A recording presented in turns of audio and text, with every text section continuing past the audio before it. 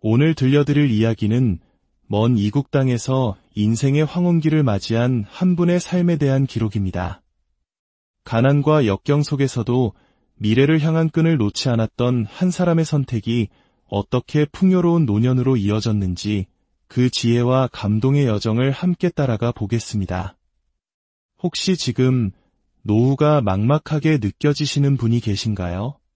혹은 절다는 이유로 먼 미래의 일이라고만 생각하고 계신가요? 오늘 이 이야기가 여러분의 마음에 작은 등불 하나를 켜는 계기가 되기를 바랍니다. 이 귀한 나눔을 시작하기에 앞서 만약 이 이야기가 여러분의 마음에 울림을 준다면 주변의 소중한 분들께도 이 축복이 흘러갈 수 있도록 공유해 주십시오. 여러분의 구독과 공유는 저희에게 큰 힘이 되며 더 많은 이들에게 희망의 메시지를 전하는 귀한 통로가 됩니다. 하나님의 은혜가 이야기를 듣는 모든 분들의 가정에 가득하기를 소망합니다. 저는 올해 68살이 되었습니다. 지금은 단풍이 아름다운 나라 캐나다 토론토에서 살고 있습니다. 비록 남편은 먼저 하늘나라로 떠나고 저 혼자 지내고 있지만 매달 돈 걱정 없이 아주 편안하고 감사한 마음으로 하루하루를 보내고 있습니다. 한국에서 받는 국민연금과 캐나다에서 받는 연금을 합치면 한 달에 받는 돈이 웬만한 젊은이들 월급보다 많으니 주변에서는 다들 정말 부럽다고 어떻게 그렇게 연금을 많이 받느냐고 비결을 묻곤 합니다. 하지만 이 모든 것이 하루아침에 이루어진 것은 결코 아닙니다. 그저 운이 좋았던 것도 아니지요. 젊은 시절의 숱한 고생과 눈물, 그리고 무엇보다 미래를 위한 연금이라는 끈을 끝까지 포기하지 않았던 작은 믿음이 쌓여 만들어진 결과입니다. 제 인생의 시계추를 아주 먼 과거로 돌려보자면 저는 참으로 가난한 집에서 태어났습니다. 1956년 아직 전쟁의 상흔이 채 가시지 않았던 시절 경상남도의 작은 시골 마을이 제 고향입니다. 많은 한국분들이 기억하시는 보릿고개라는 말이 낯설지 않던 하루 세 끼 밥 먹는 것조차 큰 행복이었던 그런 시절이었죠. 아버지는 평생 땅만 하는 농사꾼이셨고 어머니는 남의 집 허드레시를 도우며 겨우겨우 우리 형제들을 키우셨습니다. 형제가 워낙 많았던 탓에 저는 중학교까지밖에 나오지 못했습니다. 그때는 계집아이는 공부 많이 시켜봐야 시집가면 그만 일하는 생각이 당연하게 여겨지던 시절이었으니까요. 집안 형편도 어려웠지만 그것이 시대의 분위기였습니다. 중학교를 졸업하자마자 저는 무작정 서울로 올라왔습니다. 소위 말하는 상경이었죠. 가진 것 하나 없던 제가 기댈 곳은 제 두 손뿐이었습니다. 다행히 손재주가 있다는 말을 들어 재단사 기술을 배우기 시작했습니다. 밤낮으로 옷감을 자르고 재봉틀을 돌리며 정말 열심히 기술을 익혔습니다. 그때는 재단사가 꽤 괜찮은 직업이었고 무엇보다 제 손으로 무언가를 만들어낸다는 사실이 참 즐거웠습니다. 20살 무렵 지금은 제 곁에 없는 남편을 만났습니다. 남편도 저처럼 시골에서 올라와 서울의 한 공장에서 일하던 순박하고 성실한 청년이었습니다. 둘 다 가진 것은 없었지만 서로를 향한 마음 하나만은 부자였습니다. 우리는 서로에게 기댈 언덕이 되어주자 약속하며 가정을 꾸렸습니다. 결혼하고 얼마 지나지 않아 아들을 낳았고 2년 뒤에는 예쁜 딸을 품에 안았습니다. 아이들이 커가는 모습은 더할 나위 없는 행복이었지만 현실의 벽은 높고 차가웠습니다. 남편의 월급만으로는 내 식구가 먹고 살기가 너무나 팍팍했습니다. 저 역시 아이들을 돌보면서 집에서 할 수 있는 재단 일을 손에서 놓지 않았습니다. 아이들이 잠든 깊은 밤 온 집안에 울려 퍼지던 재봉틀 소리가 아직도 귓가에 선합니다. 그래도 괜찮았습니다. 가난했지만 가족이 함께였고 열심히 일하면 언젠가는 나아질 거라는 희망이 있었으니까요. 1980년대 중반이 되자 주변에서 하나둘 해외로 떠나는 사람들이 생기기 시작했습니다. 특히 캐나다로 이민을 가는 사람들이 많았습니다. 남편이 먼저 그 이야기에 관심을 보였습니다. 여보, 한국에서는 아무리 열심히 일해도 우리 대에서 가난을 끊기 어려울 것 같소. 하지만 캐나다는 노력한 만큼 성공할 수 있는 기회의 땅이래. 우리 아이들 교육 환경도 비교할 수 없이 좋다더군. 처음에는 망설였습니다. 말 한마디 통하지 않는 낯선 땅에 가서 우리가 어떻게 살아갈 수 있을까 두려웠습니다. 하지만 아이들의 미래를 위해 더 넓은 세상을 보여주고 싶다는 남편의 간절한 눈빛을 보니 저도 용기를 내어보기로 마음먹었습니다. 그래, 한번 부딪혀보자. 남편의 뜻을 따르기로 했습니다. 1987년 드디어 저희 가족은 캐나다 땅을 밟았습니다. 그때 제 나이가 31살, 아들이 11살, 딸이 9살이었습니다. 토론토에 정착했지만 처음 몇 달은 정말 지옥과도 같았습니다. 영어를 한마디도 못하니 마트에 가서 물건 하나 사는 것조차 손짓 발짓으로 해야 했습니다. 마치 말 못하는 벙어리가 된 듯한 답답함에 매일 밤 눈물을 삼켰습니다. 아이들 학교 문제로 선생님과 상담이라도 하려면 매번 통역해줄 분에게 아쉬운 소리를 해야 했습니다. 집을 구하는 것부터 시작해 모든 것이 낯설고 어려웠습니다. 남편 역시 건설 현장에서 고된 육체노동을 시작했지만 언어 문제로 동료들과 어울리지 못해 많이 힘들어했습니다. 저도 더 이상 집에만 앉아 있을 수는 없었습니다. 아이들 학용품 값이며 생활비는 계속해서 불어나고 한국에서 가져온 돈은 빠르게 바닥을 보이고 있었습니다. 한인신문 9일란을 뒤지다 유류 공장에서 재봉사를 구한다는 광고를 보았습니다. 한국에서 재단사로 일했던 경력 덕분에 운 좋게 바로 취직할 수 있었습니다. 하지만 공장 일은 상상 이상으로 고되었습니다. 하루 10시간 넘게 재봉틀 앞에 꼼짝없이 앉아 일해야 했습니다. 쉴 새 없이 움직이는 손목은 시큰거리고 어깨는 돌덩이처럼 굳어갔지만 쉴 수가 없었습니다. 시간당 임금을 받았기에 쉬는 만큼 돈을 벌지 못했기 때문입니다. 점심시간에도 김밥 한 줄로 허기를 채우고 다시 재봉틀 앞에 앉았습니다. 그래도 공장에서 일하는 분들이 대부분 한국 분들이라 서로의 아픔을 다독여주며 유지할 수 있다는 것이 유일한 위안이었습니다. 그렇게 낯선 땅에서 정신없이 살아가던 어느 날 제 인생의 방향을 결정짓는 중요한 선택의 순간이 찾아왔습니다. 캐나다에서 일을 시작하며 자연스럽게 캐나다 연금에 가입하게 되었는데 한국에서 납부하던 국민연금을 어떻게 해야 할지 고민이 된 것입니다. 주변의 교민들은 하나같이 말했습니다. 언니, 바보 같은 짓이야. 어차피 여기서 평생 살 건데 한국 연금은 빨리 해약해서 목돈으로 찾아.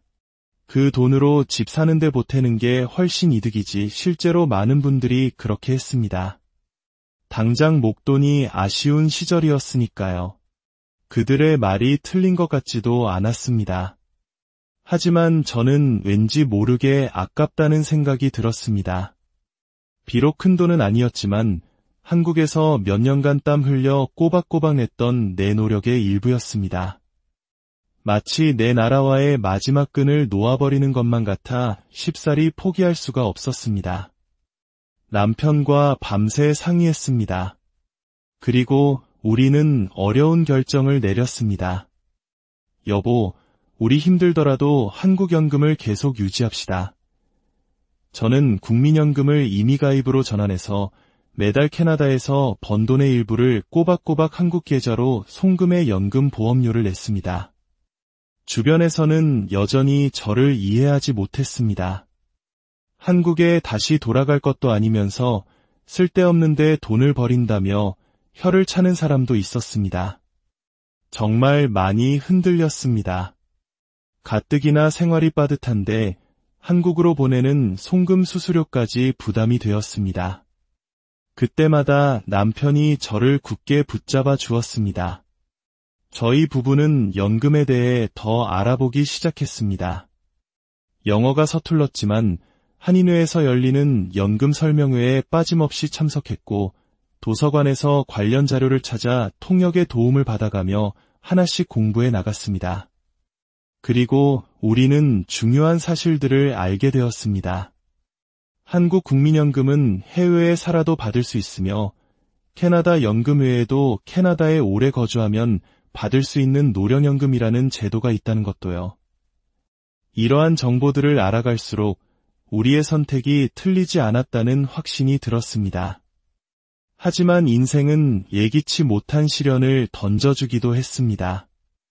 2018년 평생 건강하던 남편이 갑자기 뇌출혈로 쓰러졌습니다. 정말 눈앞이 캄캄했습니다. 하루아침에 남편은 병상에 눕게 되었고 3년간의 긴 간병 생활이 시작되었습니다. 남편은 말도 제대로 하지 못했고 거동도 불편해졌습니다. 다행히 캐나다의 의료보험 제도 덕분에 큰 수술비나 치료비 걱정은 덜었지만 사랑하는 사람이 쓰러져가는 모습을 곁에서 지켜보는 것은 정신적으로 너무나 고통스러운 일이었습니다. 그리고 2019년 남편은 제 곁을 떠나 하나님의 품으로 돌아갔습니다. 너무나 허무했습니다. 낯선 땅에 함께 와 30년 넘게 서로를 의지하며 온갖 고생을 다했는데 이제 좀 편안하게 살아보나 싶었던 순간에 저 혼자 남겨두고 떠나버린 것입니다. 한동안은 아무것도 할 수 없었습니다.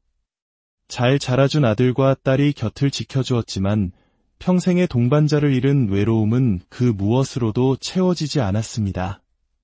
그래도 남은 자는 살아야 했습니다. 저는 슬픔을 딛고 천천히 마음을 추스르기 시작했습니다. 다행히 그동안 남편과 제가 꾸준히 부어온 연금 덕분에 당장의 경제적인 걱정은 없었습니다. 그것이 불행 중 가장 큰 다행이었습니다. 제가 65세가 되던 해 드디어 기적 같은 일들이 시작되었습니다.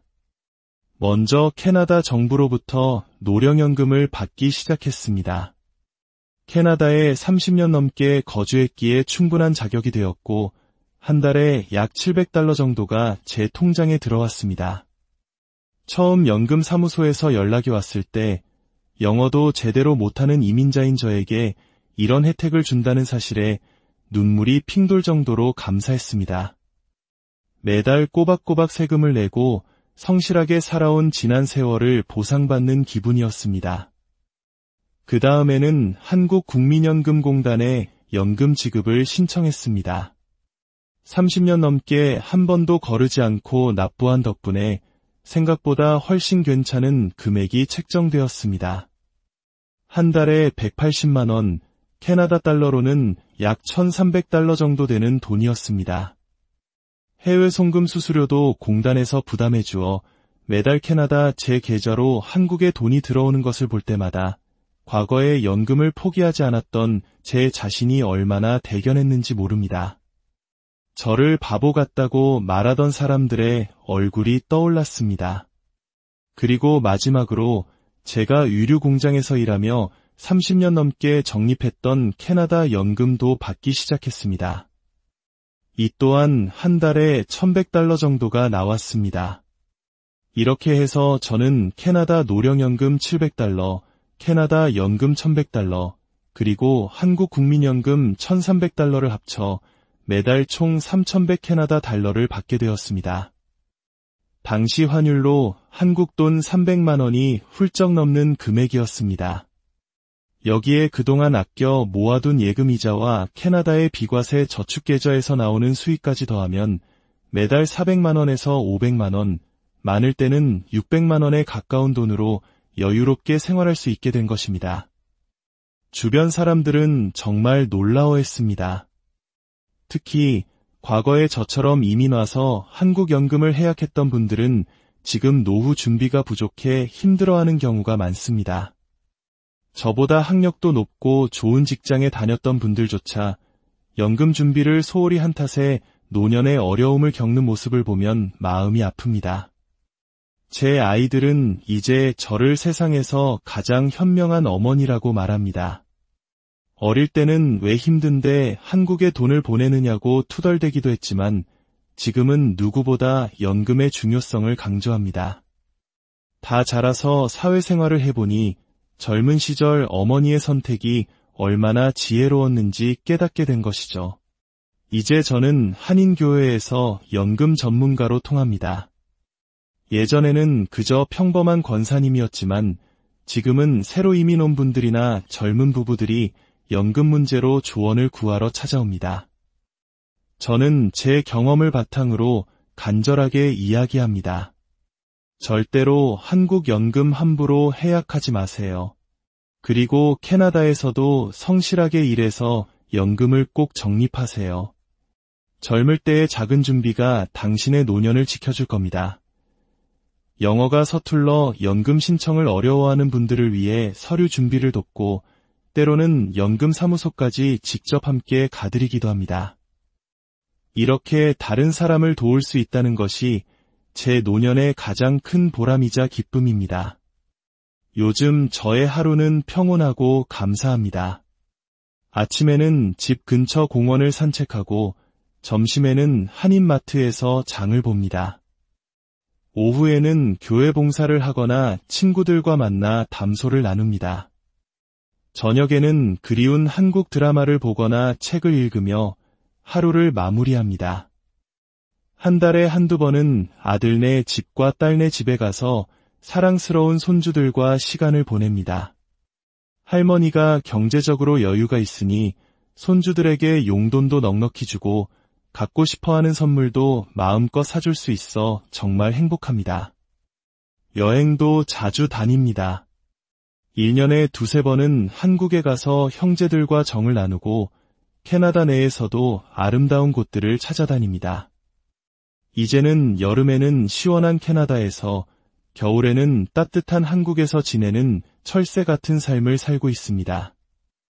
두 나라 모두에서 연금을 받으니 어디에 있든 경제적으로 아무런 문제가 없습니다.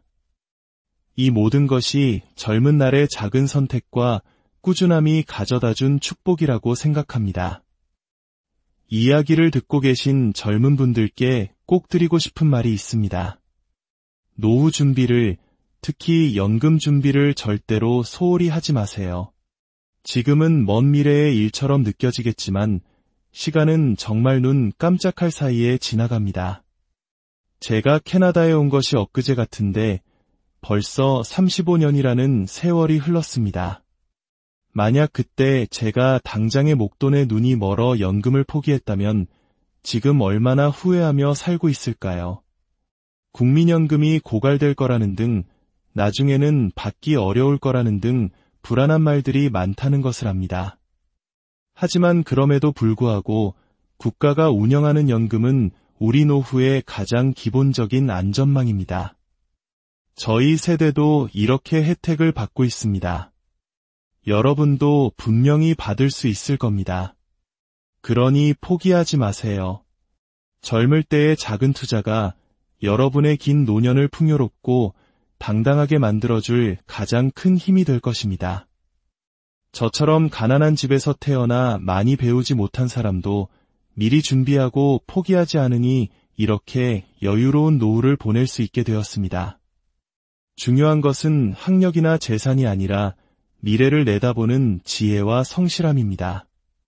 부디 여러분 모두 현명한 선택을 하셔서 저처럼 걱정 없이 평안하고 당당한 노후를 맞이하시기를 진심으로 기도합니다. 여러분의 미래에 하나님의 크신 축복